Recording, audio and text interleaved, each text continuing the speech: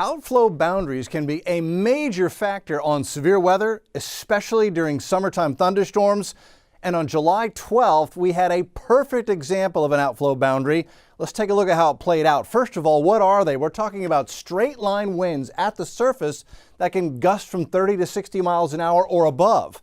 They race out ahead of heavy thunderstorms, and because they race out ahead of the storm, they can lift the atmosphere and cause new storms to form, sometimes severe storms. And again, on July the 12th, we had a perfect example. Can you see it? Watch the loop one more time. See the outflow boundary? Let's take a closer look and slow this whole process down. So this was at 3:29 in the afternoon. And what we had were some strong thunderstorms producing heavy rain in northwest Harris County. But look out ahead of it. You see that thin line? That's the outflow boundary, a line of strong winds that race out ahead of a decaying thunderstorm. So what do we mean by a decaying thunderstorm? That's when the storm begins to rain itself out.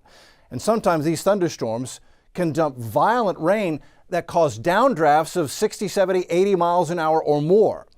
And as those downdraft winds hit the surface of the earth, they're pushed out ahead of the storm. And quite often, if the storm is moving quickly, that can push out an outflow boundary as a straight line wind. And so here's a closer look at this same event. Again, this is on July the 12th. Surface winds along the outflow boundary were gusting 30 to 40 miles an hour. And there's the outflow boundary, and it gets picked up on radar for a couple of reasons. Number one, the strong winds, again, 30 to 40 mile an hour wind, it picking up dust and small debris, so the radar beam can see that. It's also seeing a very sharp temperature contrast. This is a summer day, right? So ahead of the storm, it's in the low 90s. But behind that boundary, temperatures are quickly dropping into the 80s and 70s. There can be a temperature drop of 20 degrees along a very small area of surface. And that also is the reason the radar beam can see it. So we see the outflow boundary.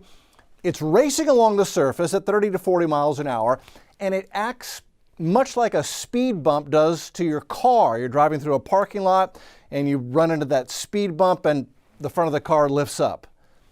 So that outflow boundary is going to lift the atmosphere, and as it does, it can create new thunderstorms, and that's exactly what happened. Now take a look. This is a snapshot taken at 3:31 in the afternoon. Now as that outflow boundary raced through and across Highway 90, watch what happened as it raced through.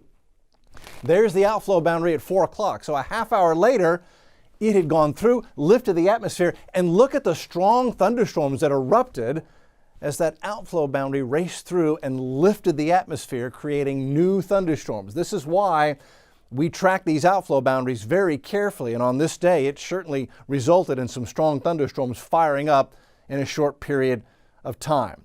So once again, outflow boundaries, straight line winds 30 to 60 mile an hour or more, they race out ahead of heavy thunderstorms, can lift the atmosphere and make new strong thunderstorms.